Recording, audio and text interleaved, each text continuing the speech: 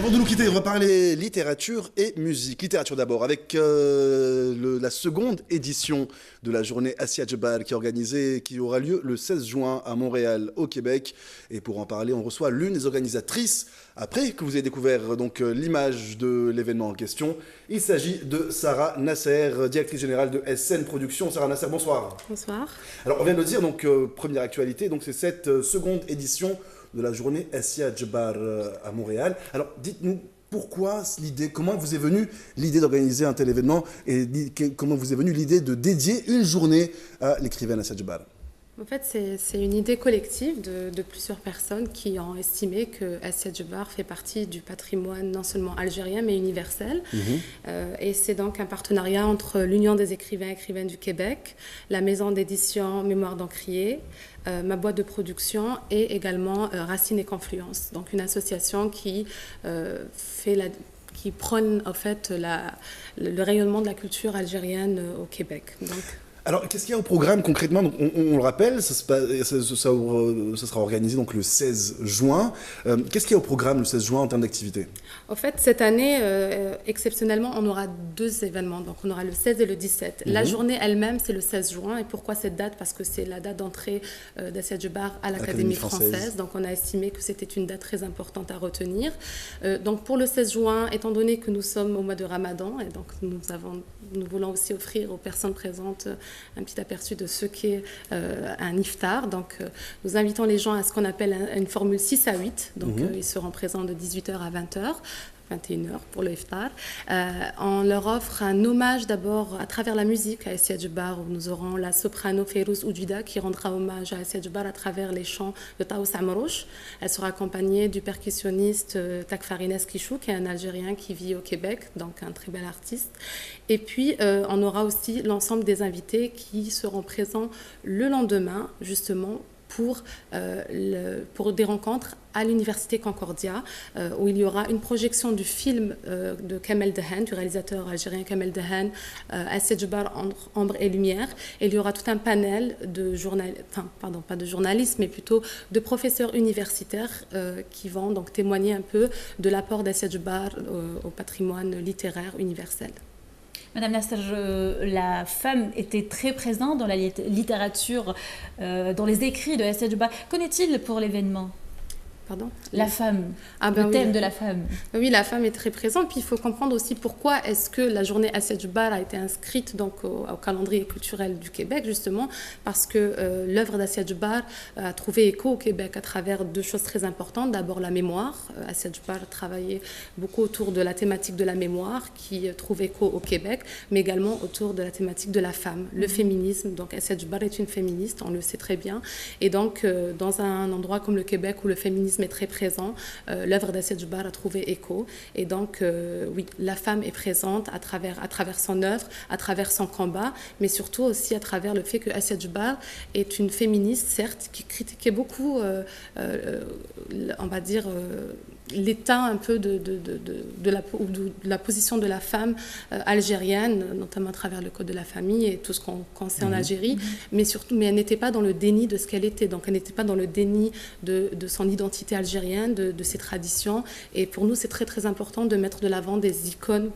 Pour nous, c'est une icône, Assia Djebar, telle qu'Assia Djebar, une féministe comme Assia Djebar. Alors, avant de parler de l'autre actualité, donc on va parler musique et cinéma. Un mot peut-être, est-ce qu'on peut imaginer pour les prochaines éditions de la journée Assia Djebar, pourquoi pas des activités jumelées où on pourrait retrouver certaines des activités ici à Alger ou en Algérie? Écoutez, c'est notre but à long terme. D'abord, la première idée était d'instaurer la journée Assia Djebar au Québec, et ça a été fait parce qu'il y a eu un accueil favorable à cette idée.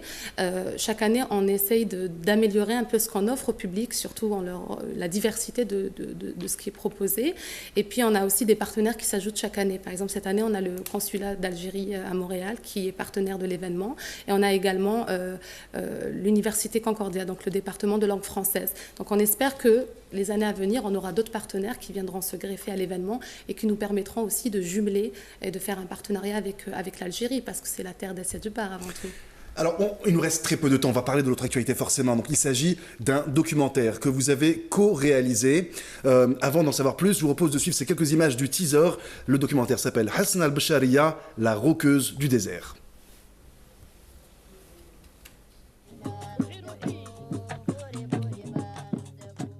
Ma musique vient de Sahara.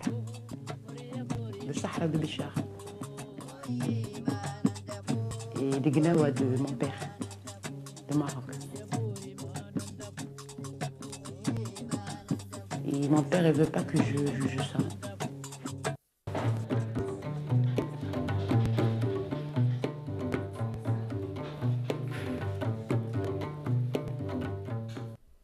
Hasna Becharia, la roqueuse du désert, est en cours de production. Sarah Nasser, comment vous est venue l'idée de mettre en valeur cette icône de la musique algérienne?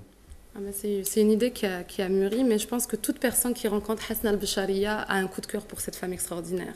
En plus d'être une artiste, c'est une femme tellement généreuse qui donne tellement sur scène, mais aussi dans sa vie quotidienne. Et j'ai eu la chance de la produire avec une boîte d'événementiel en 2011 en Algérie. J'étais venue un mois pour travailler avec eux, et puis on a produit Hasna Becharia, et puis je l'ai rencontrée, j'ai discuté avec elle, ça a été vraiment un coup de cœur. À l'époque, le projet avait été proposé par un ami à moi qui voulait le réaliser, et puis au fil du temps, on ne s'est pas vraiment entendu sur la vision qu'on avait du film, et puis j'ai décidé de réaliser donc ce film, et une amie à moi a embarqué comme co-réalisatrice parce qu'elle a beaucoup plus aussi d'expérience dans la réalisation, et c'est une grosse aventure qui date maintenant. Qui date de combien de temps vous avez mis pour réaliser ce film? Il est encore en cours, mais je dirais qu'un bon 5-6 ans entre la recherche, entre le travail, surtout la recherche de fond pour pouvoir continuer, puis offrir à Hasna un film qu'elle mérite. Une dernière question avant de nous quitter, parce qu'on est en train de nous tarabuster. Il y a une édition en langue arabe qui arrive dans quelques minutes. Quand pourra-t-on assister ou voir, découvrir ce film sur nos écrans? Et puis, il me semble aussi que vous êtes à la recherche de financement pour continuer à boucler donc cette production. Oui, tout à fait. Là, je rentre de New York, où on était en résidence artistique pour ce film, et où on a participé au marché du film, donc du Tribeca Film Institute. Alors, on est en discussion aussi, on est en train de finaliser avec la Sonatrach pour une aide à la production. Mais malheureusement, il y a encore beaucoup de choses à faire au niveau financement, parce que pour tourner un film en Algérie, alors que moi je vis au Canada, ma co-réalisatrice vit au Texas, et puis pour aussi avoir les moyens de faire un film à la hauteur de Hasna Becharia, ça prend énormément de moyens. Alors, on espère pouvoir le sortir l'année prochaine, mais on espère surtout pouvoir avoir d'autres financements, puis de personnes qui estimeront que Hasna Becharia est vraiment une dame qui mérite un film pour raconter son histoire, ne serait-ce que pour ce qu'elle a offert au patrimoine algérien. Alors, avant de nous quitter, si des personnes, des mécènes, des sponsors sont intéressés pour participer au financement, toutes les informations sont disponibles sur votre page Facebook, Sarah Nasser, SN Production, et vous avez également un site web sur lequel toutes les informations sont disponibles, www.sn-production.com. SN-du-6 production.com. Voilà, l'appel est lancé, le message est passé. D'ailleurs, vous avez même des propositions de notre équipe technique. Super, parfait. Qui serait ravie de vous accompagner, effectivement. Très heureux. Merci Sarah Nasser d'avoir été avec nous. Merci de nous avoir suivis. Mesdames, Messieurs, c'est la fin de ce journal. Merci de nous avoir suivis. Sabrina Louabar, on se retrouve demain, même heure, même chaîne. Dans quelques instants, une page météo, puis le reste des programmes de Excellente fin de soirée, à demain.